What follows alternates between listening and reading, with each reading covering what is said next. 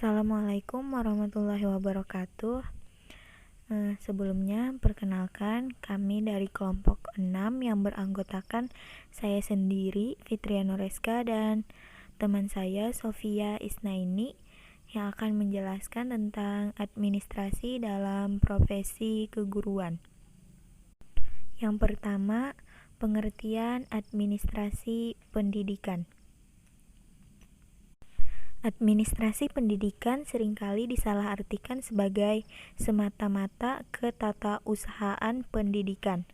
Namun diketahui bahwa pengertian administrasi pendidikan sebenarnya adalah bukan sekedar itu. Mendefinisikan administrasi pendidikan tidak begitu mudah karena ia menyangkut pengertian yang luas. Di sini akan dijelaskan pengertian administrasi pendidikan dengan meninjaunya dari berbagai aspek. Yang pertama, administrasi pendidikan mempunyai pengertian kerjasama untuk mencapai tujuan pendidikan. Seperti yang kita ketahui bahwa tujuan pendidikan itu merentang dari tujuan yang sederhana sampai dengan tujuan yang kompleks, tergantung lingkup dan tingkat pengertian pendidikan yang dimaksud. Tujuan pendidikan dalam 1 jam pelajaran di kelas satu sekolah menengah pertama misalnya lebih mudah dirumuskan dan dicapai dibandingkan dengan tujuan pendidikan luar sekolah untuk orang dewasa. Jika tujuan itu kompleks, maka cara mencapai tujuan itu juga kompleks. Kerjasama dalam menyelenggarakan sekolah harus dibina sehingga semua yang terlibat dalam urusan sekolah tersebut memberikan sumbangannya secara maksimal. Kerjasama untuk mencapai tujuan pendidikan dengan berbagai aspeknya ini dapat dipandang sebagai administrasi pendidikan. Kemudian yang kedua, administrasi pendidikan mengandung pengertian proses untuk mencapai tujuan pendidikan, di mana proses itu dimulai dari perencanaan, pengorganisasian, pengarahan, pemantauan, dan penilaian. Yang pertama, perencanaan meliputi kegiatan menetapkan apa yang ingin dicapai, bagaimana mencapainya, berapa lama, berapa orang yang diperlukan, dan berapa banyak biayanya. Perencanaan ini dibuat sebelum suatu tindakan dilaksanakan. Berikutnya, pengorganisasian diartikan sebagai kegiatan membagi tugas-tugas kepada orang yang terlibat dalam kerjasama pendidikan tadi. Karena tugas-tugas ini demikian banyak dan tidak dapat diselesaikan oleh satu orang saja, maka tugas-tugas ini dibagi untuk dikerjakan masing-masing anggota organisasi. Selanjutnya, pengkoordinasian mengandung makna menjaga agar tugas-tugas yang telah dibagi itu tidak dikerjakan menurut kehendak yang mengerjakannya saja, tetapi menuruti aturan sehingga menyumbang terhadap pencapaian tujuan yang telah ditetapkan atau disepakati. Selanjutnya, pengarahan. Pengarahan ini diperlukan agar kegiatan yang dilakukan bersama itu tetap melalui jalur yang telah ditetapkan. Tidak terjadi penyimpangan yang dapat menimbulkan terjadinya pemborosan. Semua orang yang bekerja untuk mencapai tujuan yang telah ditetapkan sebelumnya harus tetap ingat dan secara konsisten menuju tujuan itu. Di samping pengarahan, suatu kerjasama juga memerlukan proses pemantauan atau monitoring, yaitu suatu kegiatan untuk mengumpulkan data dalam usaha mengetahui sudah sampai berapa jauh kegiatan pendidikan telah mencapai tujuannya, dan kesulitan apa yang ditemui dalam pelaksanaan itu. Pemantauan dilakukan untuk mendapatkan bukti-bukti atau data dalam menetapkan apakah tujuan tercapai atau tidak. Dan yang terakhir, proses kerjasama pendidikan itu akhirnya harus dinilai untuk melihat apakah tujuan yang telah ditetapkan tercapai, dan kalau tidak, apakah hambatan-hambatannya. Penilaian ini dapat berupa penilaian proses kegiatan atau penilaian hasil kegiatan itu. Selanjutnya yang ketiga yaitu administrasi pendidikan dapat dilihat dengan kerangka berpikir sistem. Sistem adalah keseluruhan yang terdiri dari bagian-bagian dan bagian-bagian itu berinteraksi dalam suatu proses untuk mengubah masukan menjadi keluaran. Pengertian ini kelihatannya sulit, tetapi sebenarnya tidak demikian. Kita ambil contoh suatu sekolah dasar. Sekolah dasar itu merupakan suatu keseluruhan yang memproses murid menjadi lulusan. Dalam melihat sekolah sebagai suatu sistem, kita harus melihat yang pertama masukannya, yaitu bahan mentah yang berasal dari luar sistem atau lingkungan yang akan diolah oleh sistem. Dalam sistem sekolah dasar, masukan ini adalah anak-anak yang masuk sekolah dasar itu. B, yaitu prosesnya, yaitu kegiatan sekolah beserta aparatnya untuk mengolah masukan menjadi keluaran. Contoh proses itu di sekolah dasar adalah proses belajar mengajar, bimbingan kepada murid, kegiatan pramuka, palang merah remaja, dan sebagainya.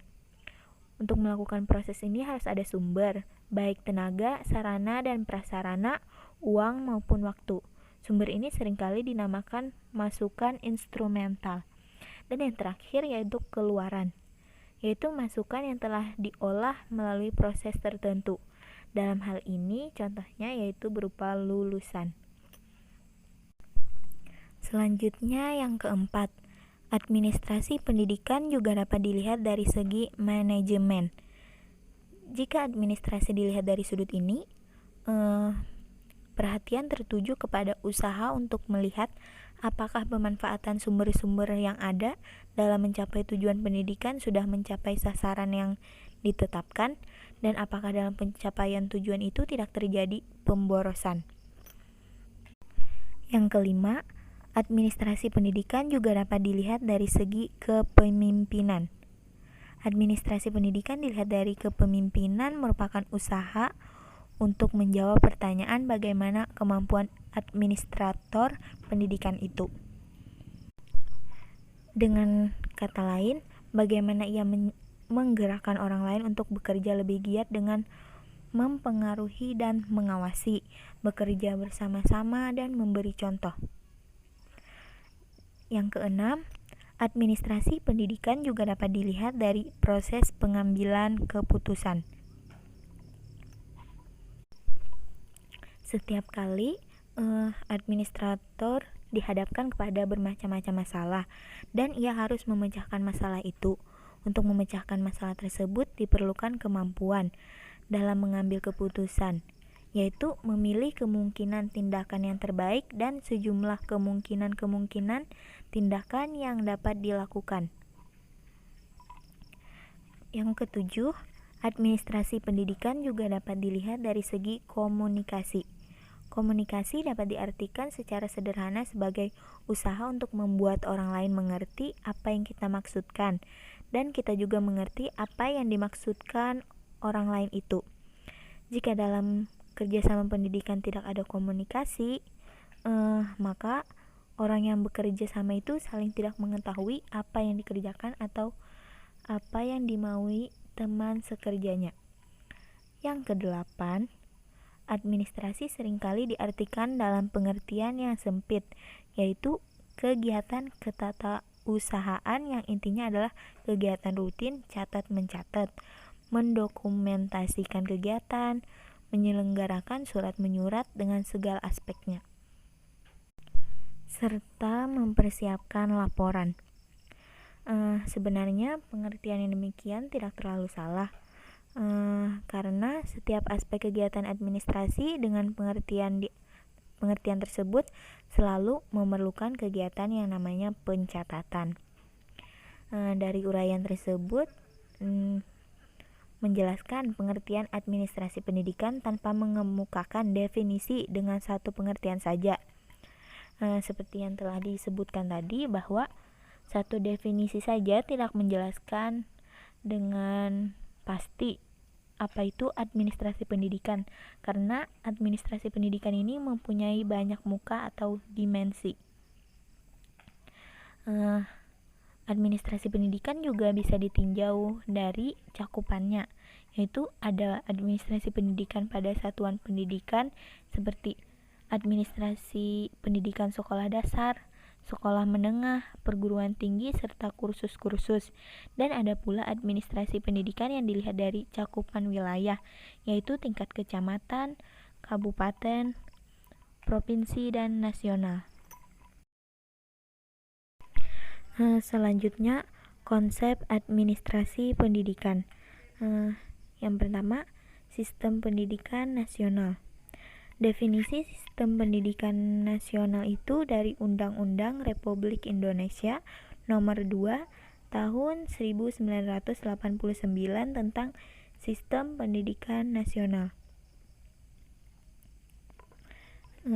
Supaya otentik dan tidak keliru, jadi dikutip langsung dari bab 1 pasal 1 ayat 3 undang-undang tersebut, yaitu sistem pendidikan nasional adalah satu keseluruhan yang terpadu dari semua satuan dan kegiatan pendidikan yang berkaitan satu dengan lainnya untuk mengusahakan tercapainya tujuan pendidikan nasional.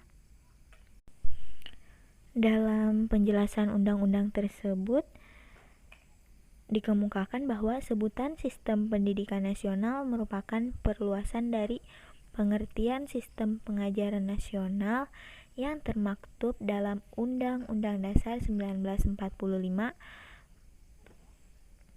pada pasal 31 ayat 2.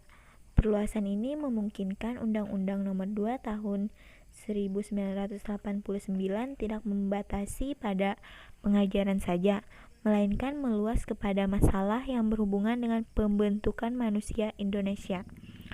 Beberapa hal lain yang ditemukan mengenai sistem pendidikan nasional dalam undang-undang itu adalah yang pertama, sistem pendidikan nasional merupakan alat dan sekaligus tujuan yang sangat penting dalam mencapai cita-cita nasional. Yang kedua, sistem pendidikan nasional dilaksanakan secara semesta, menyeluruh, dan terpadu. Semesta diartikan sebagai terbuka bagi seluruh rakyat dan berlaku di seluruh wilayah negara. Menyeluruh diartikan sebagai mencakup semua jalur, jenjang, dan jenis pendidikan. Dan terpadu itu diartikan sebagai kesaling terkaitan sistem pendidikan nasional itu dengan seluruh usaha pembangunan nasional. Dan yang ketiga, pengelolaan sistem pendidikan nasional adalah tanggung jawab Menteri. Mengacu kepada penjelasan Undang-Undang Nomor 2 Tahun 1989, maka dapat kita temukan bahwa ciri sistem pendidikan nasional itu adalah yang pertama, berakar kepada kebudayaan nasional berdasarkan Pancasila dan Undang-Undang Dasar 1945. Yang kedua, merupakan suatu kebulatan yang dikembangkan dalam usaha mencapai tujuan nasional. Yang ketiga, mencakup jalur pendidikan sekolah dan luar sekolah. Dan yang keempat, mengatur jenjang, kurikulum, penetapan kebijaksanaan, terpusat atau tidak terpusat, tanggung jawab penyelenggaraan pendidikan, kriteria dan kedudukan penyelenggaraan pendidikan oleh pemerintah dan masyarakat, kebebasan penyelenggaraan pendidikan, serta kemudahan untuk mendapatkan pendidikan yang sesuai dengan peserta didik dan lingkungan. Selain sistem pendidikan nasional tadi, selanjutnya yaitu sekolah sebagai sistem pendidikan nasional. Jenjang pendidikan adalah unsur atau komponen sistem pendidikan nasional, yaitu termasuk dalam komponen organisasi. Jenjang pendidikan terdiri atas pendidikan dasar, pendidikan menengah, dan pendidikan tinggi. Pendidikan dasar merupakan pendidikan 9 tahun, terdiri dari program pendidikan 6 tahun di sekolah dasar dan program pendidikan 3 tahun di sekolah lanjutan tingkat pertama. Di dalam Peraturan Pemerintah Republik Indonesia Nomor 29 Tahun 1990 tentang pendidikan menengah. Pendidikan menengah didefinisikan sebagai pendidikan yang diselenggarakan bagi lulusan pendidikan dasar. Sebagai suatu sistem, pendidikan mempunyai masukan yang diolah melalui proses tertentu untuk dijadikan keluaran. Contohnya, peserta didik sebagai masukan diolah dalam proses pendidikan seperti proses belajar mengajar dan jadilah keluaran yaitu sebagai lulusan. Pembahasan selanjutnya yaitu fungsi administrasi pendidikan. Pada dasarnya, fungsi administrasi merupakan proses pencapaian tujuan melalui serangkaian usaha. Oleh karena itu, fungsi administrasi pendidikan dibicarakan sebagai serangkaian proses kerjasama untuk mencapai tujuan pendidikan. Yang pertama yaitu ada tujuan pendidikan menengah. Tujuan pendidikan menengah perlu dibahas karena alasan tujuan pendidikan menengah merupakan jabaran dari tujuan pendidikan nasional. Tujuan pendidikan menengah merupakan titik berangkat administrasi pendidikan pada jenjang sekolah menengah, dan tujuan pendidikan menengah itu juga merupakan tolak ukur keberhasilan kegiatan administrasi pendidikan di jenjang pendidikan. Di dalam Undang-Undang Dasar 1945 Pasal 31 Ayat 2 disebutkan bahwa pemerintah mengusahakan dan menyelenggarakan satu sistem pengajaran nasional yang diatur dengan undang-undang. Di dalam Undang-Undang Nomor 2 Tahun 1989 disebutkan bahwa tujuan nasional pendidikan adalah mencerdaskan kehidupan bangsa dan mengembangkan manusia Indonesia seutuhnya, yaitu manusia yang beriman dan bertakwa terhadap Tuhan Yang Maha Esa dan berbudi pekerti luhur, memiliki pengetahuan dan keterampilan, sehat jasmani dan rohani, memiliki kepribadian yang mantap dan mandiri, serta mempunyai rasa tanggung jawab kemasyarakatan dan kebangsaan. Dalam peraturan pemerintah dinyatakan bahwa tujuan pendidikan menengah adalah yang pertama, meningkatkan pengetahuan siswa untuk melanjutkan pendidikan pada jenjang yang lebih tinggi dan untuk mengembangkan diri sejalan dengan perkembangan ilmu pengetahuan, teknologi, dan kesenian. Dan yang kedua yaitu meningkatkan kemampuan siswa sebagai anggota masyarakat dalam mengadakan hubungan timbal balik dengan lingkungan sosial, budaya, dan alam sekitarnya. Di dalam pasal 3 peraturan tersebut juga disebutkan bahwa pendidikan menengah umum mengutamakan penyiapan siswa untuk melanjutkan pendidikan pada jenjang pendidikan tinggi. Pendidikan kejuruan mengutamakan penyiapan siswa untuk memasuki lapangan kerja serta mengembangkan sikap profesional. Pendidikan menengah keagamaan mengutamakan penyiapan siswa dalam penguasaan pengetahuan khusus tentang ajaran agama yang bersangkutan. Pendidikan menengah kedinasan mengutamakan peningkatan pegawai negeri atau calon pegawai negeri dalam pelaksanaan tugas kedinasan. Dan pendidikan menengah luar biasa diselenggarakan khusus untuk siswa yang menyandang kelainan fisik atau mental. Tujuan nasional serta tujuan institusional itu harus selalu dijadikan pedoman sekolah dan guru dalam melaksanakan tugas-tugasnya.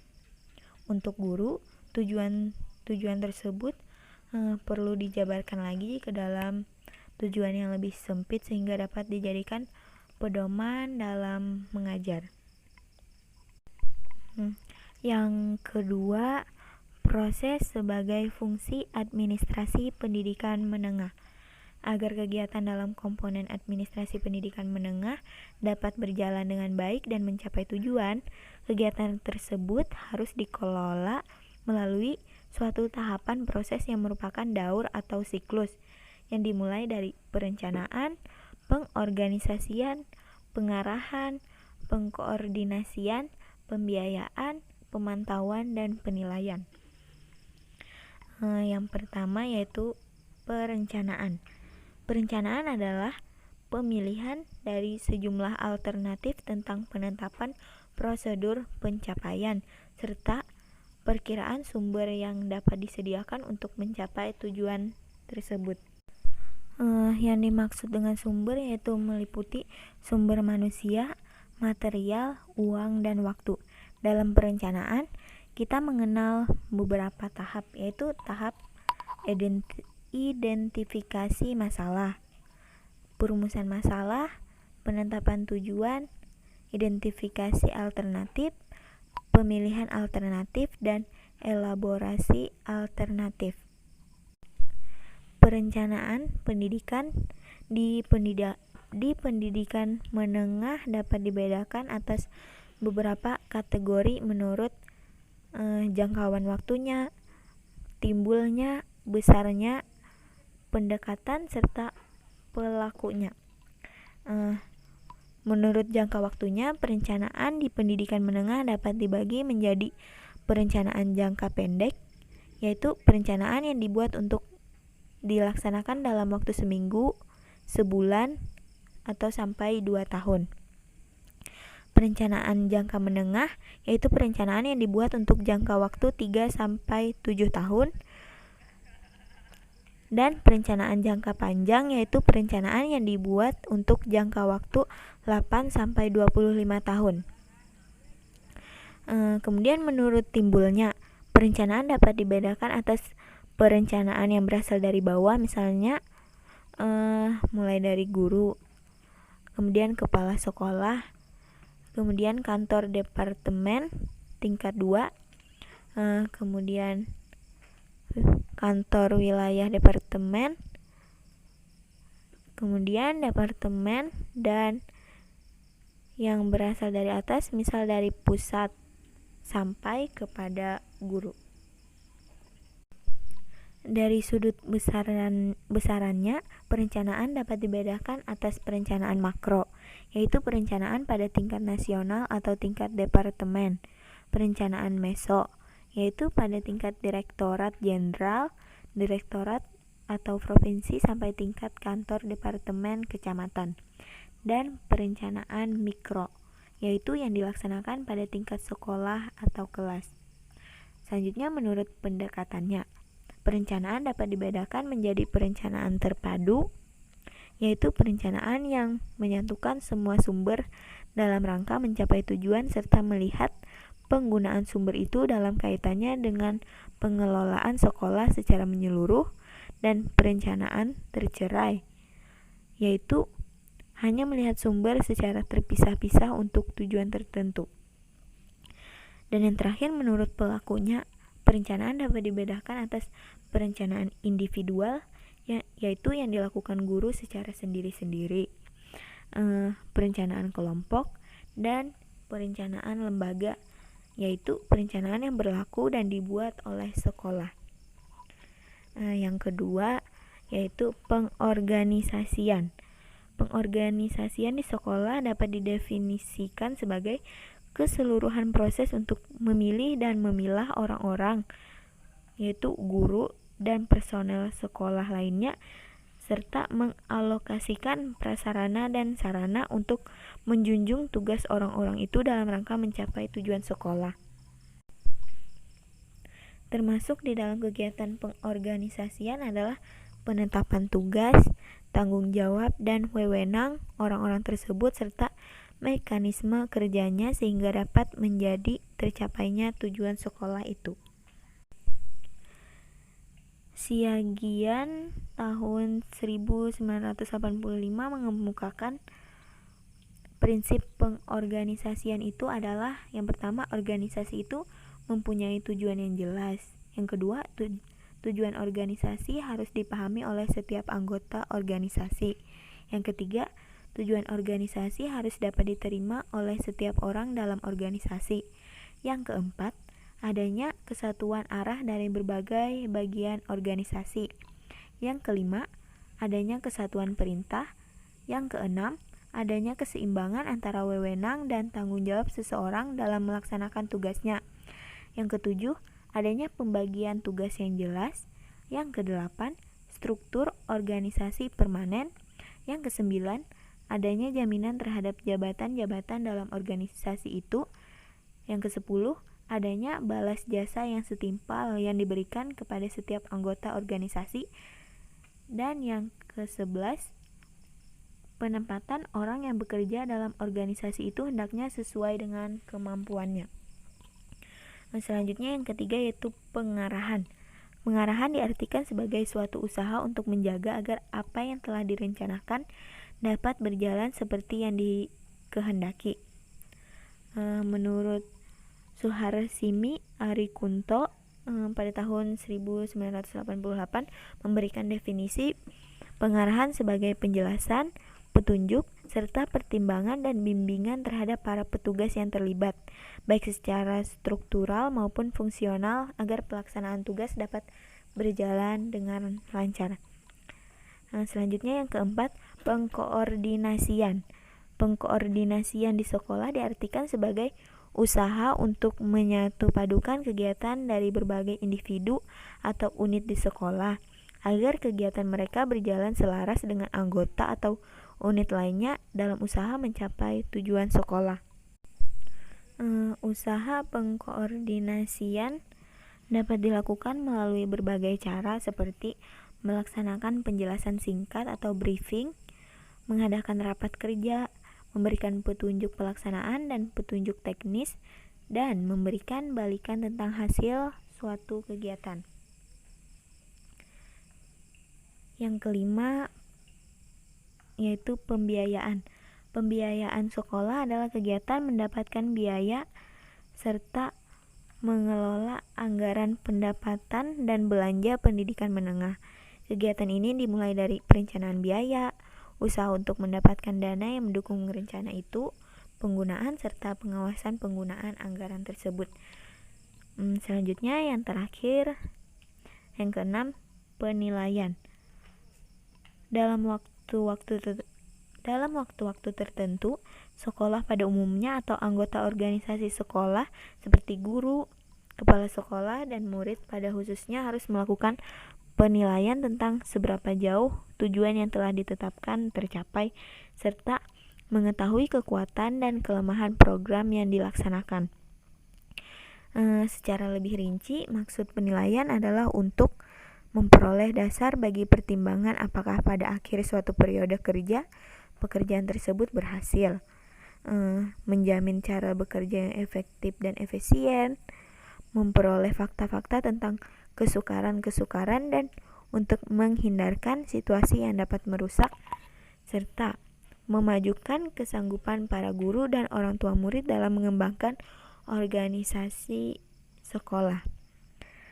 Selanjutnya akan dijelaskan oleh teman saya, Sofia Isnaini.